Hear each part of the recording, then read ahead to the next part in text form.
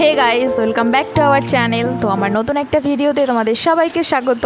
কেমন আছো তোমরা? আশা করি ভালো আছো, আর আমরাও কিন্তু খুব ভালো আছি। তো আজকে হচ্ছে সানডে, মানে এই ব্লগটা হচ্ছে সানডের ব্লগ। যদিও আপলোড করতে দুদিন লেট হলো, কিন্তু তোমরা একটু ম্যানেজ করে নিও।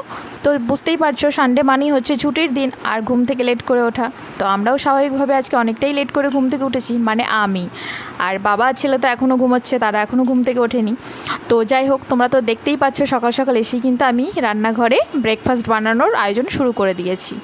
তো এটা হচ্ছে ব্রেকফাস্ট বানানোর আয়োজন, আর আজকের ব্রেকফাস্টে কি হবে সেটা দেখার জন্য কিন্তু অবশ্যই তোমরা লাস্ট অবধি দেখো ভিডিওটা, কারণ ভিডিওটা খুব ইন্টারেস্টিং হতে চলেছে।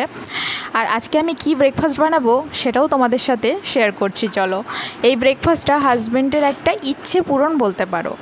মানে আমি আজকে যেটা বানাবো সেটা ও কখনোই খায়নি। আর এই কথাটা এই বোলপুর থেকে ফেরার সময় ট্রেনে বসে বসে ও আমাকে বলছিল যে এই জিনিসটা ও কখনোই খায়নি। তো প্রথমে শুনে আমি স্বাভাবিকভাবেই একটু অবাক হয়ে গেছিলাম যে বাঙালির ছেলে আর এটা খায়নি বলছে, হয়তো বা মিথ্যে কথা বলছে বা আমার সাথে মজা করছে। তারপরে বুঝতে পারলাম যে না, সত্যিই বেচারা এটা খায়নি। তো আমি ভাবলাম যাই হোক, খায়নি যখন, ওর কোনো ইচ্ছেই তো আমি অপূর্ণ রাখবো না।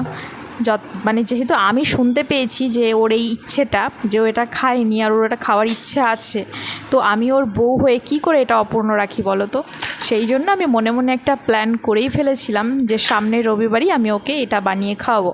আর তার জন্যই দেখো, যেই ভাবনা সেই কাজ, এই রবিবারেই কিন্তু আমি ওর এই ইচ্ছেটা পূরণ করতে চলেছি। তো তার জন্য সবার প্রথমেই যেটা করলাম, কিছু মুসুর ডাল বেটে নিলাম বড়া করার জন্য। তো তোমরা তো দেখতেই পাচ্ছ যে আমি মুসুর ডাল বেটে তারপরে ওইগুলো দিয়ে একটু বড়া ভেজে নিচ্ছি। আমি যেটা বানাবো সেটার সঙ্গে কিন্তু এই বড়াটা লাগবে মানে না হলেও হতো, কিন্তু হলে খুব ভালো হয়। আর যেটা বানাবো সেটা হচ্ছে আলুর চোখা। তো আলুর চোখাটাও বানিয়ে নিচ্ছিলাম। দেখতেই পেলে তোমরা, প্রথমে কড়াইতে তেল দিয়ে পেঁয়াজ রসুন যা যা দেওয়া সমস্ত দিয়ে আমি সুন্দর করে একটা আলুর চোখা বানিয়ে নিয়েছিলাম। মানে যেটা হবে সেটার সাথে এই বড়া আলুর চোখা এগুলো হচ্ছে বেস্ট কম্বিনেশন বলতে পারো, যার জন্য আলুর চোখাটা বানাচ্ছি। আর আসি একটা গল্পে, সেটা হচ্ছে আমার ছোটোবেলাটা কিন্তু গ্রামে। তার মানে আমি হচ্ছে গ্রামেই বড় হয়েছি। বড় হওয়ার পর আমি বোলপুরে এসেছি, মানে বোলপুরে আমরা বাবা বোলপুরে চলে এসছে, তো সেই সূত্রে আমিও চলে এসেছি। তো আমার কলেজ লাইফ থেকে বোলপুরে, কিন্তু তার আগে আমার স্কুলিং বলতে পারো সেটা হচ্ছে পুরোপুরি গ্রামে। তো এই জিনিস তো আমি অনেক খেয়েছি। আর তো তোমরা কি কেউ আইডিয়া করতে পারছো যে আমি কিসের কথা বলছি?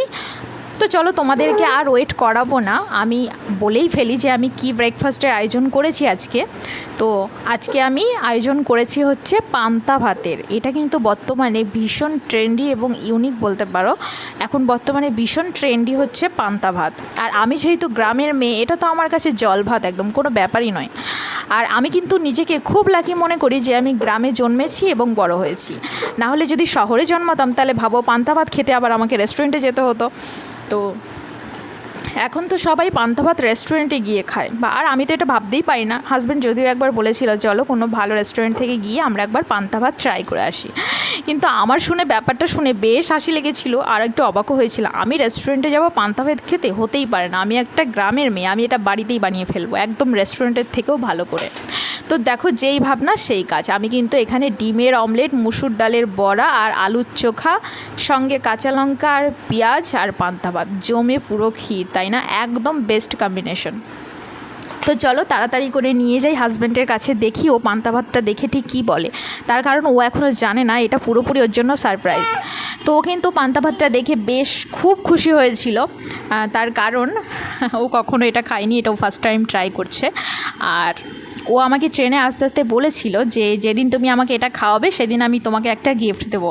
সেই জন্য ও কিন্তু একটা গিফট এনেও রেখে দিয়েছিল বাড়িতে, যেটা আমি জানতাম না। তো আজকে ও হয়তো আইডিয়া করতে পেরেছিল যে আমি হয়তো সামনের সপ্তাহেই এটা করব। তো দেখো খেয়ে কিন্তু বলছে খুব ভালো হয়েছে, তুমি সামনের রবিবারেও এটা বানাবে। তার মানে পান্তা ভাতের ফ্যান হয়ে গেল। আর দেখো, তোমরা কি কেউ কখনো ভেবেছো যে বরকে পান্তা ভাত খাওয়ালে গিফট পাওয়া যায়? আমার বাড়িতে কিন্তু এটা হয়েছে, মানে আমি বরকে পান্তা ভাত খাইয়ে আমি গিফট পেয়েছি, তোমরা ভাবতে পারো। আর তারপর পান্তা ভাত খাইয়ে পাঠিয়ে দিয়েছিলাম বাজারে, আর বাজার থেকে আসতে বেশ অনেকটাই লেট হয়ে গেছিলো। আর আসার পর আমি ওকে একটু দই লস্যি বানিয়ে দিয়েছিলাম, কারণ বাইরে প্রচণ্ড গরম। আর এই দেখো, বাজার থেকে নিয়ে এসছে গলদার চিংড়ি। তো আজকে অনেকটাই লেট হয়ে গেছে জানো তো, অনেক দেরি হয়ে গেছে বাজার থেকে বাড়ি আসতে ওর। সেই জন্য আমি রান্নাবান্নার ভিডিওগুলো বেশি তোমাদের সঙ্গে পুরো রান্নাটা শেয়ার করিনি, একটু একটু দেখিয়েছি। আর এটা দেখো চিংড়ি মাছের ডিম। তোমরা এর আগে কখনো চিংড়ি মাছের ডিম দেখেছো? এটা কিন্তু আমি ফার্স্ট টাইম দেখছি।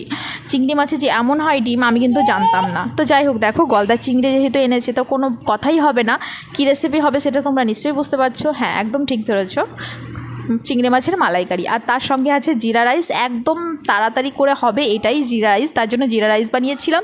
আর বানিয়ে নিয়েছিলাম একটু পটল আর মিষ্টি আলু ভাজা, আর তার সঙ্গে ছিল আমের চাটনি আর শসার স্যালাড আর টক দই। আজকে সানডেটা পুরো জমে গেছে, কোনো কথাই হবে না। সকালবেলা ছিল পান্তা, আর দুপুরবেলা হচ্ছে জিরা রাইস আর চিংড়ি মাছের মালাইকারি, ব্যাপারটা পুরো দারুণ।